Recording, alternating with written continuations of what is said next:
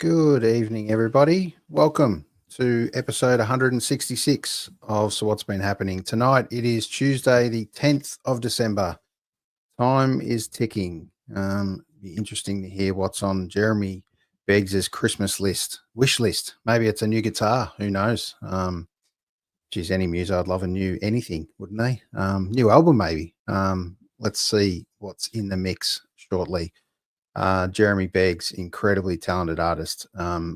Just to touch on also a show coming up before we jump into it. This is a rescheduled show. Jack Hanley, also known as the Crazy Running Man, is running 100 kilometers a day for 100 days, and he's nearing the end of that journey. We've had to reschedule due to injury with him, trying to push through the next few days. He finishes this Sunday, so we get a chance to talk to him on the Monday, which is really cool. There it is, the 16th of December, Monday night. So keep an eye out for that one. Incredible effort, raising money for mental health as well. So obviously close to our hearts and everyone's hearts.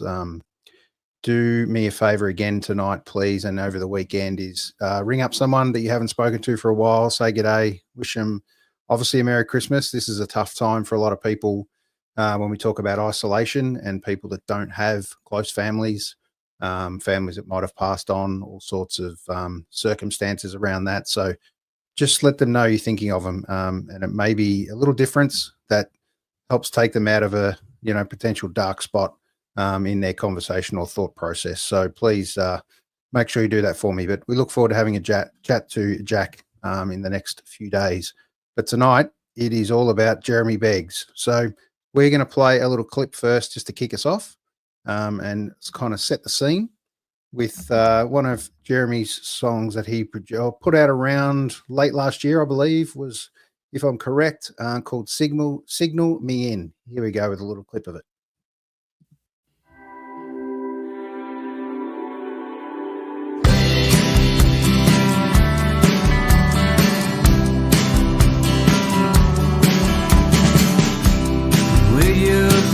A sign to my salvation, the skeptic to my revelation, the sweet blessing to my curse, for better to my worse. Will you be a sign to my salvation and be there beside?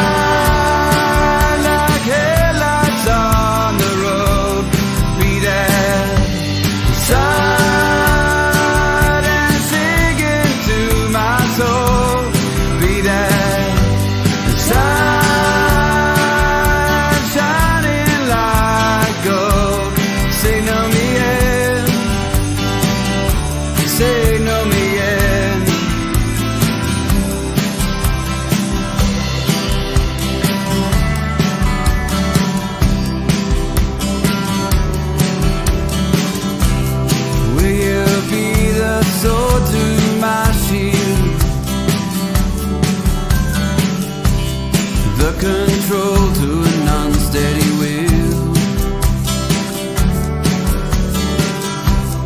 confidence to my doubt, place spoken to my silent shout. Will you be the sword to my shield and be there beside, like headlights on the road, be there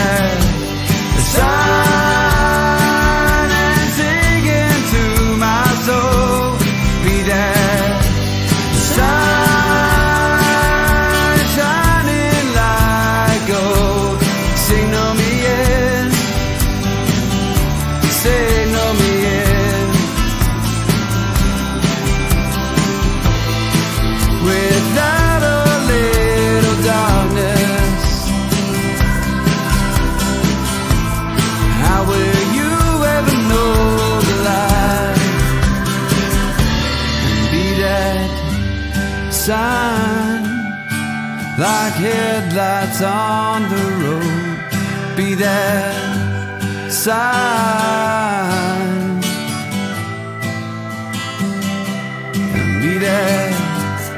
sun, shining like gold, signal me in.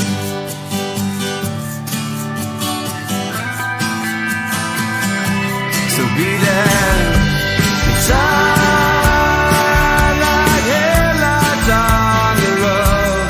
Be there, the sun is singing to my soul. Be there, the sun shining like gold. Signal me in, signal me in, signal me in.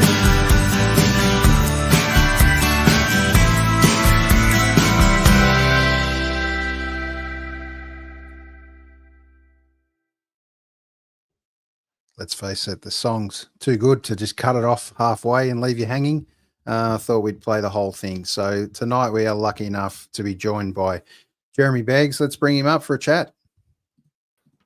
Welcome, Hi, Jeremy. thanks for having me. It's wonderful to be here. Yeah, it's I wouldn't say it's been a long time coming, but you have been on my list for a little while of the to-do list, so to reach out to. So thank you for joining me and accepting my offer through Chris Familton. Thanks again, Chris, for connecting us, connecting great artists to great people, and opportunities to chat about a little deeper into your life and journey, a little bit further than just being couple of minute interview. So thank you for joining me. No, it's actually a pleasure, and I must thank Chris for all his support, being able to get my music out, particularly to community radio and presenters like yourself. I think it's a really hard slog as it is, and to have people like Chris on your side makes it a hell of a lot easier. So it's wonderful to talk about my music and join you tonight. Sure is. And what a great time.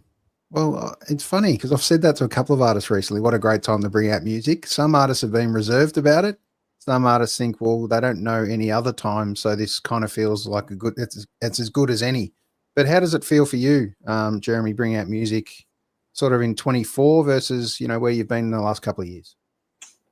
Yeah, it's an interesting question. I suppose I don't know. I'm probably in that ball where I don't really know any different. I mean, I've only really started releasing music in the last 4 years. So everything's sort of still quite new and quite foreign, and trying to find the right way to go about it, if there is a right way of going about it. So I don't think there's ever maybe a right time or a wrong time. I think you have music that you want to share with the world, and you've just I think you need to get it out there. I think one thing I'm sort of learning is trying to find lots of different ways to present my music to people, and obviously the traditional way of has changed quite significantly, and we need to be a bit more creative about how we go about that. I certainly probably don't have many answers on that, but I suppose when you've got a bank of songs that sort of sit there and you can go and play them live, but it's still sort of I was talking recently to someone about this, like it's almost those songs need that graduation to be able to for you to be able to get them off your chest and put them out there and see what happens with them, because otherwise they sort of just bank all up and just waiting to be released. They do. Couple of great lines in that Signal Me In, talking about the darkness. And if you haven't experienced the darkness, how can you enjoy the light? Brilliant. I love it. A kind of hint into mental health there, or more just a case of just anyone's journey really that goes to not so much just a mental health dark place, but to experience a tough time, I guess, in general, to experience a good moment. What is it for you in that song? I suppose it's really a song. A lot of my songs is about my relationships with my wife and my kids, and I've gone through some significant mental health issues over the last probably four or so years, if not probably my whole life in some ways. So it's certainly, I suppose the song is about, for me, is about even despite all those difficult times that they've been that light for me. They've been that guiding, guiding people who have always had my back and continue to always have my back. And no matter how challenging life can get, and I'm fortunate enough to have those people who keep drawing me back to, I suppose, towards the light. So there's I think all my songs that I write, particularly in the moment, is reflecting on my life, whether the things have gone right and the challenging times and the things I wish I did differently, and I suppose it just be having that avenue to express all those things that I probably had bottled up for a long period of time. So it's nice to be able to express that in this way.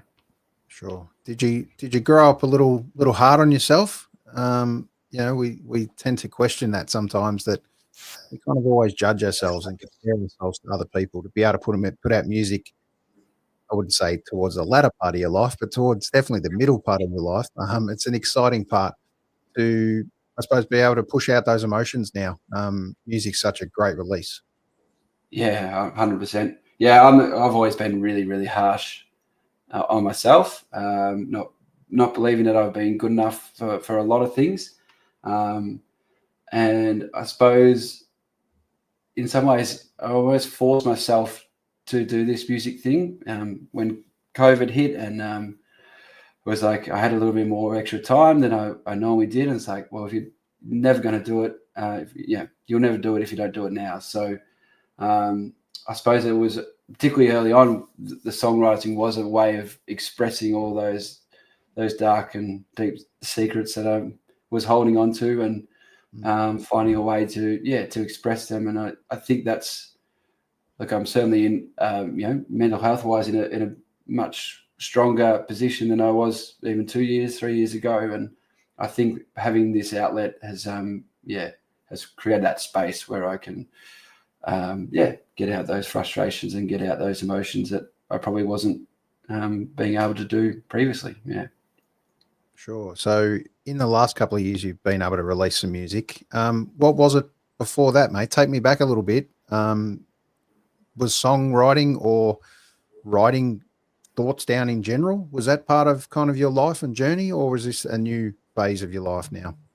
I've always probably dabbled at the writing part of it for a long period of time, but nothing really consistently.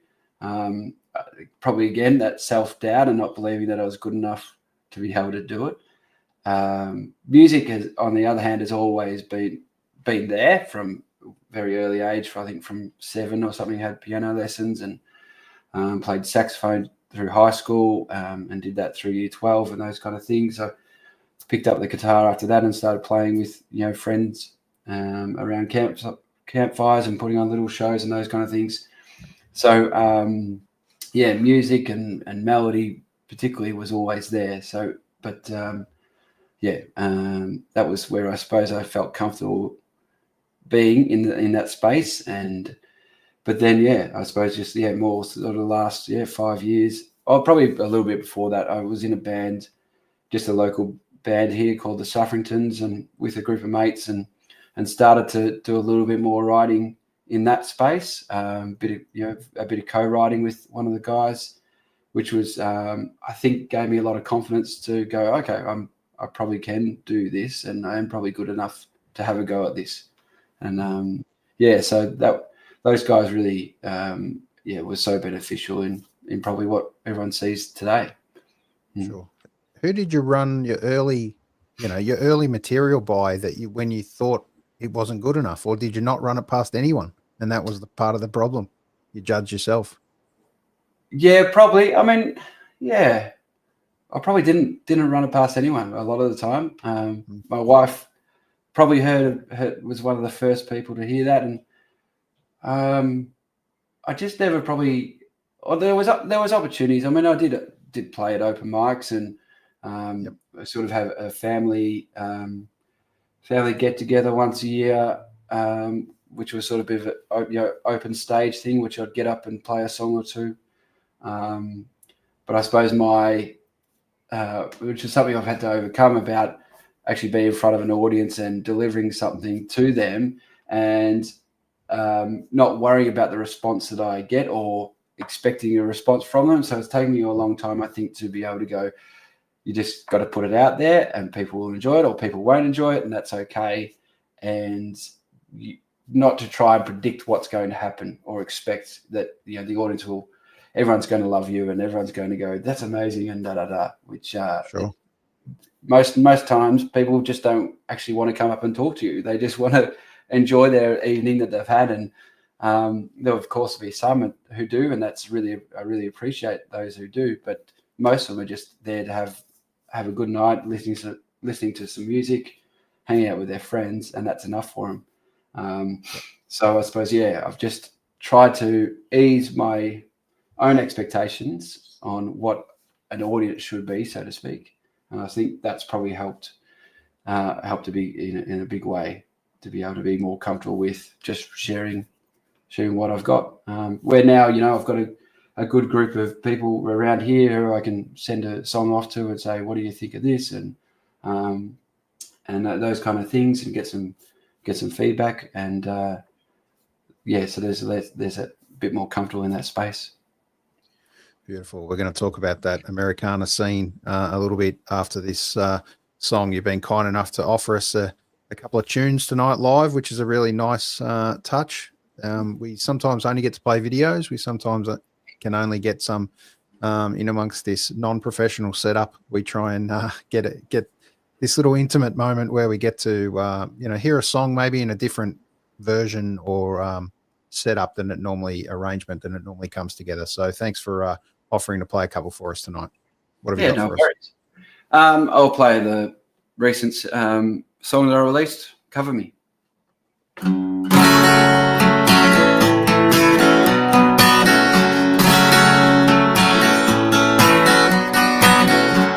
Decades now past, and I don't know how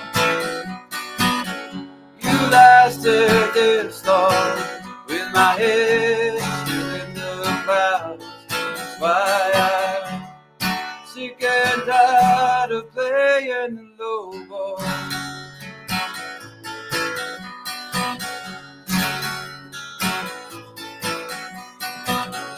I've been lost and lonely, hiding since standing tall, waiting for an answer from a phone that will never call. That's why I'm sick and tired of playing the low ball. Sick and tired of playing. Cover me in grace. Photo Eden for all my mistakes. Don't think twice about my play. My protection from empty days.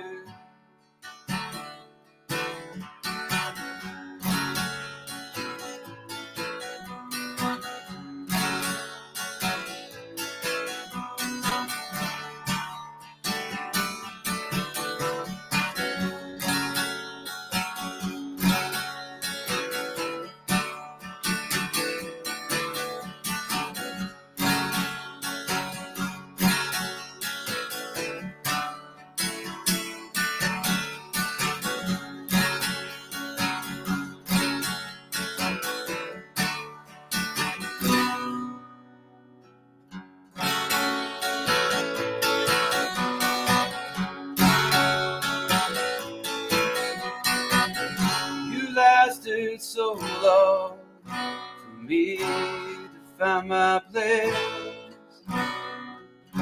Even after all my mistakes, you still cover me in grace. That's why I'm sick and tired of playing the low ball. Sick and tired of playing. Cover me in grace. Photo truth, honey. Don't think much about my flesh. My protection from emptiness.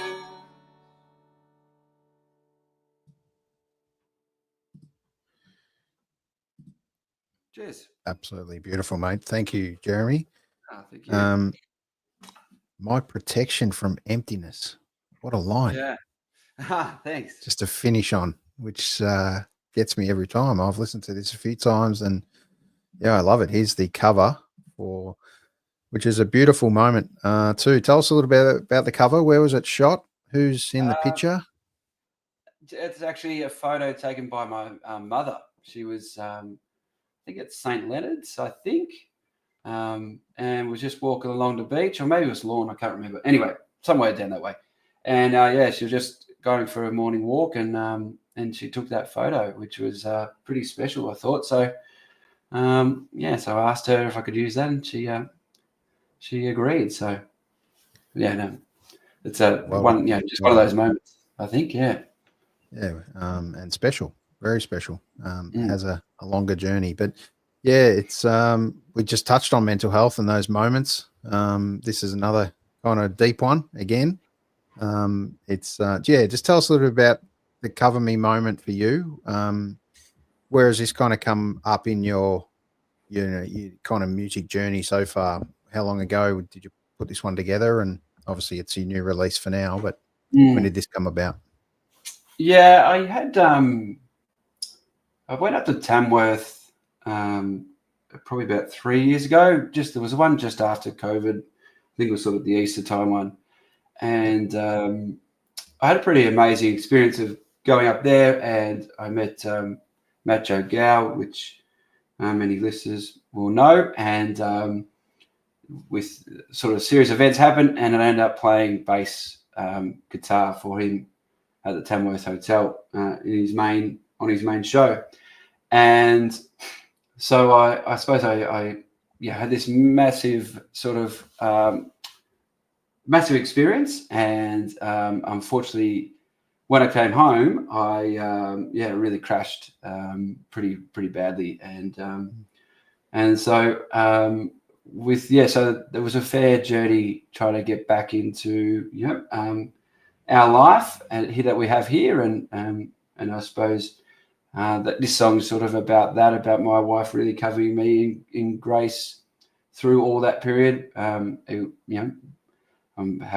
freely happy to say that our marriage probably almost didn't last through that, and it took a fair bit of work, but thankfully we made it through, and it was through her belief in me, and of course my belief in her, but mainly hers in me. And so yeah, I suppose that song probably came in, wrote a couple of years ago, and Matt worked on it with me, and so that's sort of that story there. Yeah.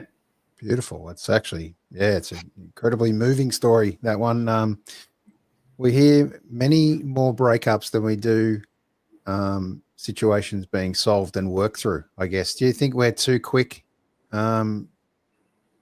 these days to kind of dismiss things and move on and move to something else, instead of, like, a marriage is a work in progress? I always say that kids can make it easy, can also make it difficult. So people stay together for their kids sometimes. There's all sorts of arrangements and things happening. Do you think we're do you think enough people work hard enough at it? And it's easy to say that on the other side, potentially, but what have you kind of experienced? Yeah, it's a tricky question.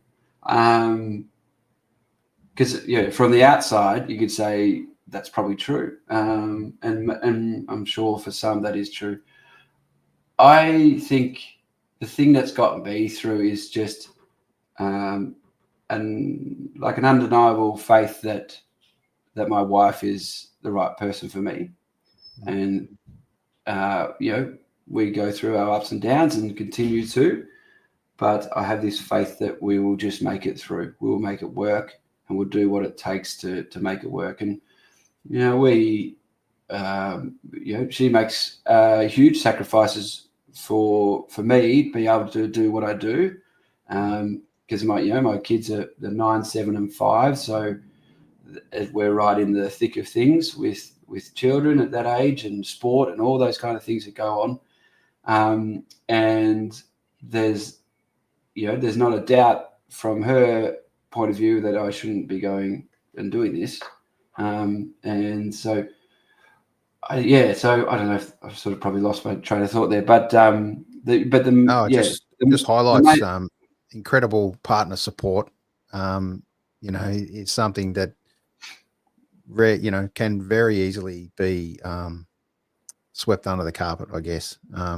For someone to believe in you like you do, and believe in you to pursue a dream, I guess, at this point in your life. All hats off to her. To be fair, supportive partners are everything. It could be great to get, everyone accolades at a gig, but at the end of the day, you still got to come back home and answer to the truth. Yeah. American Aquarium had a song recently. I think it was Fear of Coming Home, I think, off their recent album. And it was 100% about that. It was just about, navigating that process of being out on the road and then coming home and wanting to be there, and then knowing that you're going to have to go out again. And it's just, it's a really great song about, that encompasses that idea that you just spoke about. And so I just think, I don't know, sometimes maybe rather than we're quick to jump out of relationships, maybe it's more the opposite, that sometimes we're too quick to jump into them. And absolutely. And maybe finding that person takes time, and it's got to be ups and downs. We broke up when we were younger a couple of times for a significant period of time, and without that moment of having it was 12 months almost, I think. And without that period of time, I don't think would still be together. So, sometimes even the best relationships need to have their period of failure so they can grow and bloom further, Sure. It's little music analogy that they can't all be hits. No, that's right. As much as you'd love them to be, and have that same process every time. Just tell us, before we get you to play another song for us, just tell us a little bit about what's the process now for you to write a song or put together. Where do you start in amongst your journey for songwriting, and piecing together the albums? It's a little bit ad hoc, probably just for the nature of life, but I'm certainly trying to put a bit more of a structure into a few of those things. Particularly next year, it'll be a lot easier to be able to allocate time to be able to songwrite. But really, often it's just a phrase will come into my head that I hear or I really like, and so quite often it will start from that feeling that I have associated with that phrase, and sometimes I'll just flat out write as much as I can about it. Or sometimes I'll grab the guitar and try to get the groove and get the feeling that I'm looking for before I start to write lyrics. So it does change from time to time. I'm pretty fluent. I'm not beholden to one particular way of writing or another. And even done a fair bit of co-writing. That's also happened in many different ways. I've got a friend here. He just wants to write as many words as possible, and would prefer if I just keep playing the same riff over and over again for him for about 3 hours, and then he'd come up with a song. But so we're all different. But as long as we can get out the ideas that we're trying to express,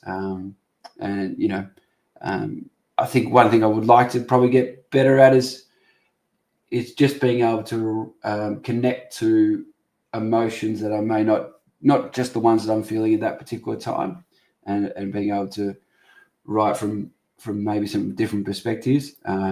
I've probably there's a few more.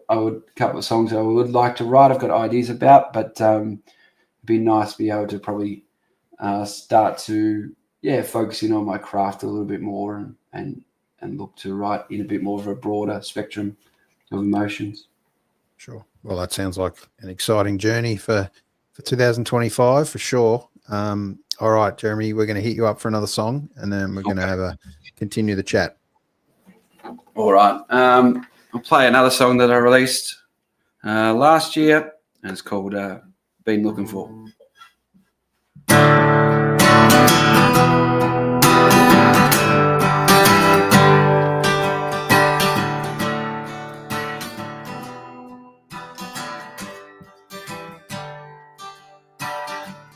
Didn't know what to believe in.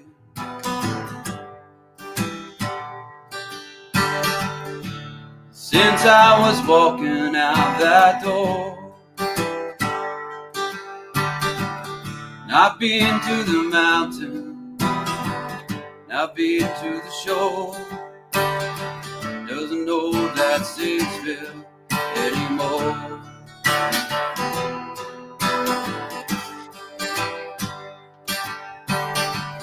On a long distance phone, sound so close, so far away from home.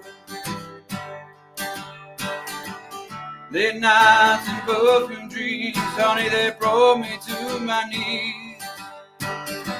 Oh God, please help me.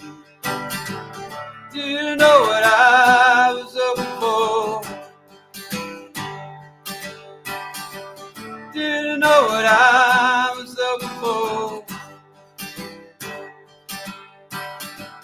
Wandering through valleys, fade into the door, waking by your sweet sound. Honey, that's what I've been looking for. So look to the heaven, now look to the sky. Scream out, yeah, honey. There was no reply.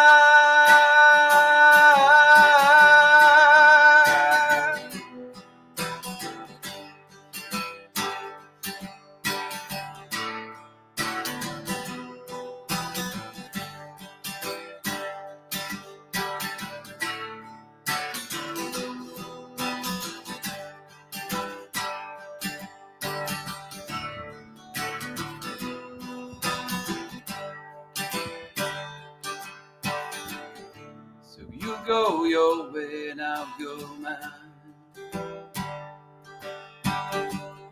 We'll meet again at the right time. Try something else, don't wonder why. Oh no. We can swim in the ocean, climb up to the sky, yeah. Didn't know what I was looking for. Didn't know what I was looking for. Oh no. Wandering through valleys, fed into dawn, waking by your sweet sound. Honey, that's what I've been looking for.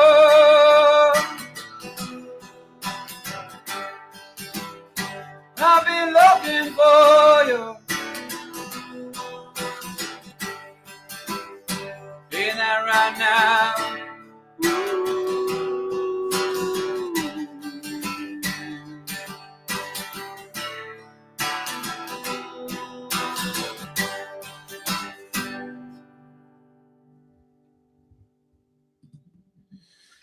Yes, another cracker in the set, mate. Thank you. It's a great one. We must quick shout out to Andrew Pollock and Matt Joe Gow, some of the great influences in amongst your life and journey right now, which is really cool. Tell us a little about this one. I believe recorded at the Woolshed Studios. Just a little shout out to to our great man Andrew Pollock. Just tell us a little bit about the connection you've got now with those guys. Is it a new one, or is it one that's been there for a while? You've just nurtured it nicely now. Yeah, as you said, we met up at Tamworth, so that must have been 2022, I think. And yeah, sort of just nurtured that through the last couple of years. Recorded Hurtful Ways at Andy's little woodshed studio that he had at his old place, and then recorded a couple of songs at the new one, which was wonderful experience. So that's been a wonderful relationship that we've had over the last few years, and I really appreciate it. I've learned so much from both Matt and Andrew, look forward to whatever happens in the future. But also shout out to Anthony Brooks, who also wrote that song with Matt as well. And Anthony was from the band the Suffringtons I was talking about before. So yeah, he's really, it's really wonderful to be able to combine all those different people from different aspects of my life and hopefully create some great music. Definitely. We touched on family support and things before, and friends and family. The Americana scene, or the country scene, whatever you like to refer to it as these days, it's got a massive, I don't know if it ever went anywhere, but it's got a really popularity now, massive resurgence, some people say. How important and close-knit is kind of the community in amongst the Americana scene for you? Yeah, it's been wonderful just to meet so many different people in it over the last, probably in the last couple of years. I certainly didn't grow up in the genre. I probably would have, you asked me 5 years ago, probably had no idea what it was, other than I just like the sound of it, and which is I think for most people it seems the way it sort of starts. But I've met some wonderful people over the last couple of years. It was like a huge thrill to be involved in the Americana Assembly that Nathan Seeks and Josh Cohen had started up over this year. I met Clint Wilson through that. Steph Giselle as well. I met a couple of years ago, and just to have those people who Brooke Taylor's another one that I've met over the last year, and all of those people have at one point or the other have reached out and said, "Do you want a show?" or those kind of things, and it's a really tight knit community, and everyone's looking after each other, and it's a really cool space to be involved in. Yeah, it's a special one. They talk about all different genres, and largely a lot of them are pretty competitive. Fair to say, everyone's punting to try and get the next gig. But I just think this genre in particular, the Americana scene, is very supportive of each other. Everyone likes to play at different spots and push the next guy up a little bit, or girl up a bit and up a rung, to kind of share the headlining components and all that, which is a really nice way, an incredible show of support, I guess, in amongst, and also in that space, so many musicians playing multiple bands, which definitely helps that situation. Yeah, it's it's hard to know what other genres are like, and but I feel like I've as a someone just started this in his middle age, and I've been welcomed into the scene, which is wonderful, because I didn't know where I was going to fit or how I was even going to meet these people, and every time it just continues to exceed expectations. And I've got I can't really announce. I've got a show. I'm organising a show up in Kyneton at a winery there soon, and being able to have these people now that I can call upon and saying, "Hey, I'm putting this thing on, and would you like to be involved?" And it's nice to know that there's plenty of names to call upon, say, compared to 3 or 4 years ago. Yep. Yeah, very nice, very nice. All right, well, we need to touch on influences. Tell us a little bit about who's your biggest influences kind of at the moment. At the moment, I mentioned American Aquarium. I really love their last album. I think that's a brilliant album. Look, I suppose I got into Americana because of Ryan Adams, I suppose. So his music's always going to be an influence on mine, which is great. Who's recently? Sierra Farrell, I've been listening to a lot. I just think she is unbelievable. She's an incredible artist. Everything she does is quite amazing. So I've really been enjoying her stuff. Who else?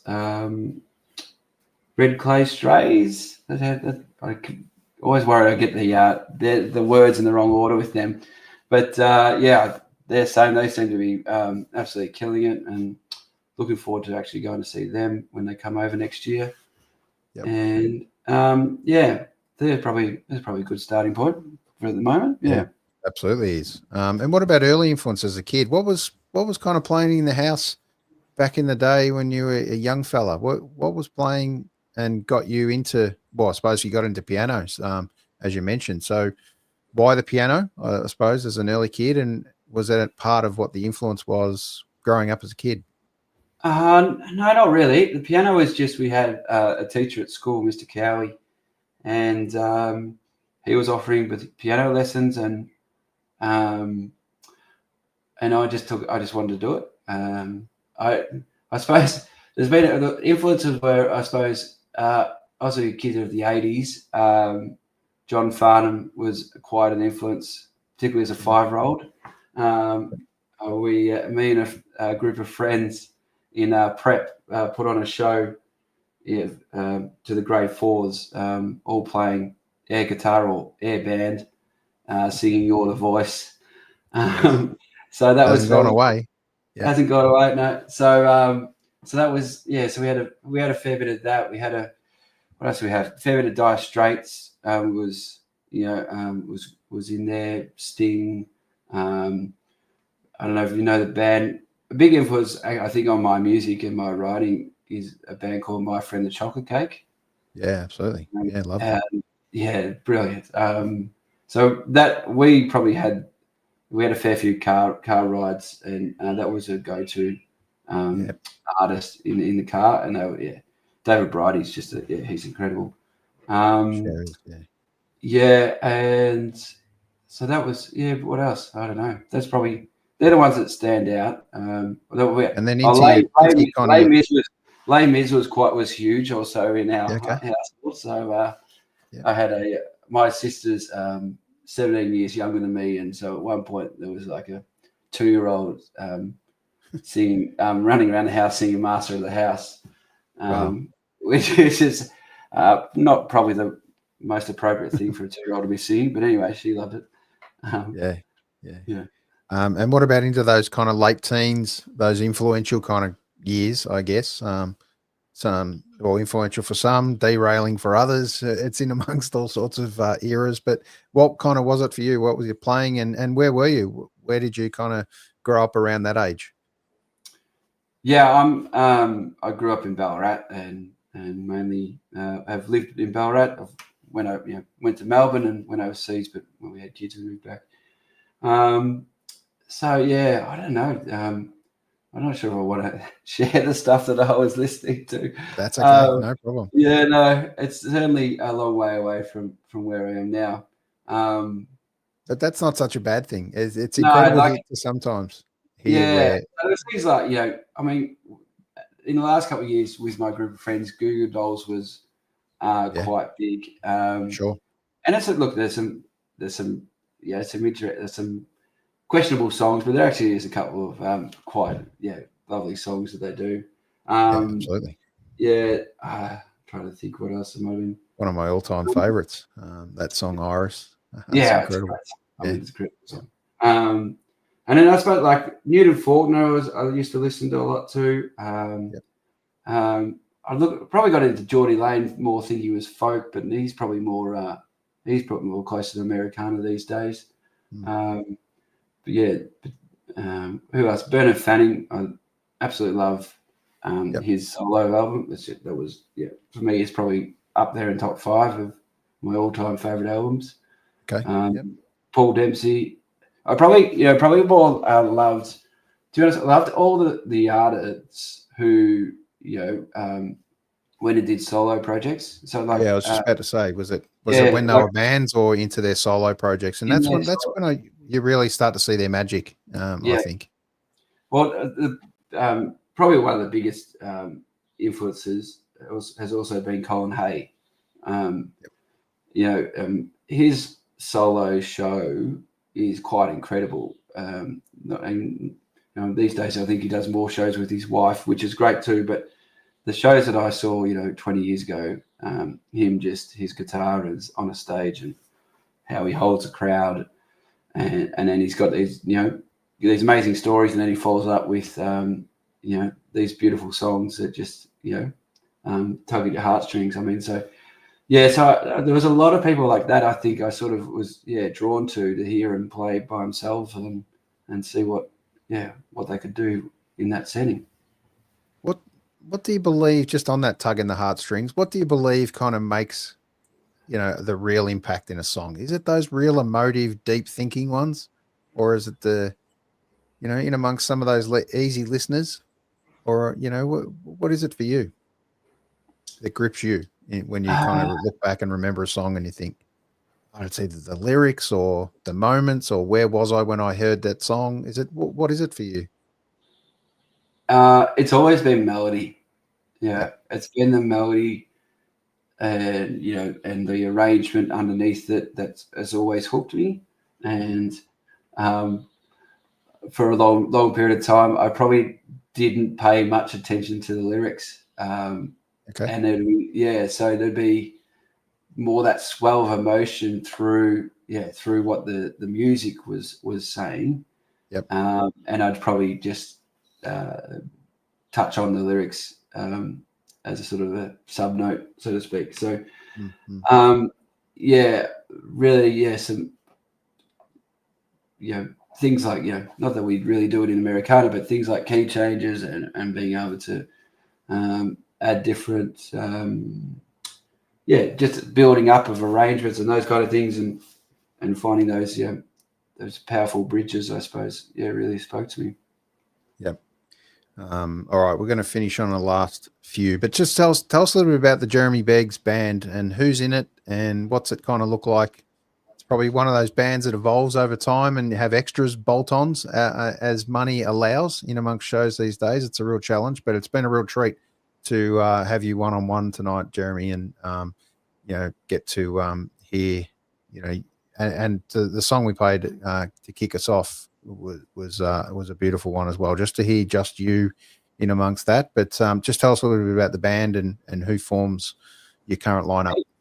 Yeah, the band's called Long Road Travellers, and it's made up of Ash McLean, who plays pedal steel and guitar, Craig Ditchfield on bass guitar and some backing vocals, and Ross Tweeddale on the drums and backing vocals as well. So I'm really fortunate to have these three gentlemen who have committed to playing music with me and will travel and follow me around the countryside.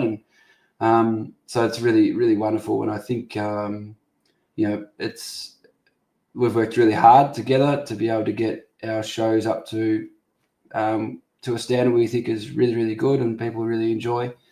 So really proud of that.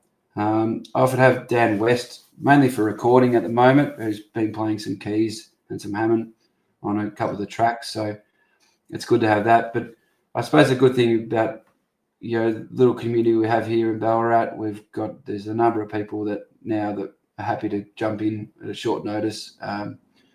Colin, forget what it's called, Colin Wilson, who unfortunately Ross had to have a little bit of surgery recently. It'll be fine, but he couldn't. We went up and recorded a song a couple of weeks ago, and Colin just was able to jump in and fill the seat for that. So we're really fortunate to have some great players around Ballarat. Yeah, you sure are. It's not just music there. It's an incredible art scene in Ballarat. And a quick shout out to two of our favourites on this show, Justine McAllister and can't forget Travis Price, who's good Ballarat crew out that way. So shout out to We also interview artists in amongst this stage, not just from a musical phase as well. So shout out to those guys who we interviewed again recently. So, all right, let's finish off with a couple, just a couple of quick fire ones. As far as your first concert, what was it? Oh, first concert. Oh, Living End. Not a About bad one. 96 in a little basketball stadium. It was Nice. epic. It was great. Yeah, I bet. Yeah. Still doing some awesome things today. What about your last concert you went to? Big show. Big show. Probably is it. It's mainly what shows that I'm involved in at the moment. That's okay. They're big enough. Oh, jeez. Who did I go and see? I haven't been to that many. Maybe I don't know. No, there was a big. What are those summer Sunday, summer Sunday, Yep. Red Hot Summer, whatever tours, and it was Bernard Fanning and a few Missy Higgins and a few like that. So that's probably the last biggest one. But someone gave me a free ticket, so I wasn't going to say no. Well, Jack White's the big word of the streets at the moment. Just played a show in Ballarat in the last few days, down at the Melbourne at the moment to play to the corner, and it's another sold out gig at the Forum tonight. He's definitely the hottest ticket in town at the moment. So, geez, it'd be nice to be on that little journey at the moment. What an incredible artist! Yeah, yes. I didn't even know he was coming to Ballarat until after all the tickets were sold. So you had to be quick there. But it's great. So having someone like Jack White come to Ballarat, it's a huge boost for Ballarat music. Unfortunately, just today we lost the Eastern Hotel. Unfortunately that's the owners have closed the doors there. So we need in music. We really need lots of support and people willing to take some risks on Ballarat because it's becoming really hard to find a venue to play. Full stop. So hopefully something like having Jack White and there has been some other really good shows that have been coming to town. So hopefully that might build a little bit of momentum for us here. But it's hard for everybody. It's hard for everybody. Yeah, it sure is. I mean, we're seeing it in the main areas of Melbourne. There's more going down than coming up at this point. On behalf of Jeremy and I, we kind of urge everyone that listens to this over time to try and get out and see a band in the next within the next month. Between now and Christmas, we're going to hit you up for the next 14, 15 odd days to grab a mate, call someone you haven't seen for a while and try and get to a gig. It's not just venue that needs you, it's the musicians, it's the guys pulling beers behind the bars, people serving you food. They all need help, and most importantly, a smiling face. Some of these gigs are free, so you've really got no excuse to not jump in the car and get there and support an artist. And especially when there's a free gig, please try and support the artist where you can. Buy a CD, buy a T-shirt, buy something, bumper sticker, who knows, anything to try and help out. And most importantly, spread the word to friends as well that if you enjoyed those gigs, please tell your friends about who that artist was, and some incredible supports around as well that probably go unnoticed to a lot of degrees. So many people are used to turning up just for the main act. And I've seen some incredible artists that have been blown me away. And like I said before, not always do they perform as a solo artist, but you see that quite a bit when they open up for someone. So just to see them in a different environment is really special. So there you go, a little urge on behalf of, even though I've said the whole thing, on behalf of both of us, Jeremy, to get out and support your fellow musicians. Absolutely, yeah. We all need it, and there's some, and the venues need your support as well, because if someone's putting on a free gig, that means they're paying us. The venue's paying us, so they need your support to turn up and return in kind. Yep. All right, we'll finish on two more. Is there someone you wish you could have seen that's obviously no longer with us or no longer touring or more than likely not going to make it to Australia? Who is there that you wish you could have seen? I think it was Broderick Smith just recently passed away, didn't he? I think he would have been one. I reckon would have been Yep. Yeah, pretty incredible to go see. You know, these days song, to have someone write a song like that at 15, and it's just like just blows my Crazy. mind. It's just crazy. Yep. So yeah, he would have been a good one, I reckon. Yeah. Yep. Well, obviously, Ryan Adams has got to be on your list for next year. That will be a big one at Hamer Hall, I believe, which would be incredible. He's a big influence on a lot of people. Yeah, I think so. And you know, it's he certainly put on a show for everyone, 3 hours worth, I think. So so we did have tickets for the last time, last year, but unfortunately that got cancelled. But hopefully we'll get to that. Yes, for sure. Beautiful. All right, and let's finish on what's next for Jeremy Beggs coming up in the next 12 months. Well, not all of 12 months, but give me something into the new year. Yeah, no, we've got heaps coming up. Got a new song to be coming out in February, and then hopefully a couple of others leading up to starting to record an album in September. That's sort of the plan. So be lots of shows and lots of different things going on. But I'm just trying to work towards that. It's always a little bit slower for me, and that's I'm totally okay with that. Things just take that time that they need to take. So but I'm looking forward to lots of great shows and hopefully seeing lots of the audience out there.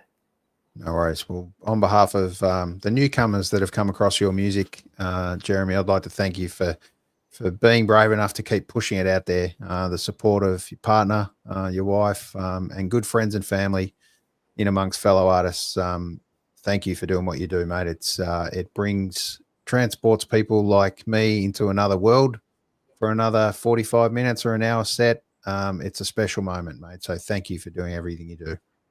That really means a lot. Thank you, Aaron. Feel free to hit us up anytime you got something new. We'd love to be on your journey as you record this new album. So look forward to seeing you out there at a gig soon. Cheers. That'd be Have lovely. a great week. Enjoy your Christmas. Thanks. Yeah, Merry Christmas to you. No worries. Brilliant to have Jeremy Beggs join us, and just another one of those incredible artists who's probably gone their journey a little bit later than some, but just goes to show it is never too late to get in amongst something you love and be passionate about.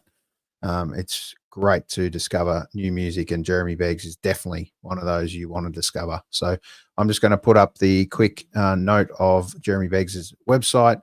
Please jump on that, Jeremy Beggs Music, BEGGS music.com, and keep an eye out for all the latest things happening as well on our link tree.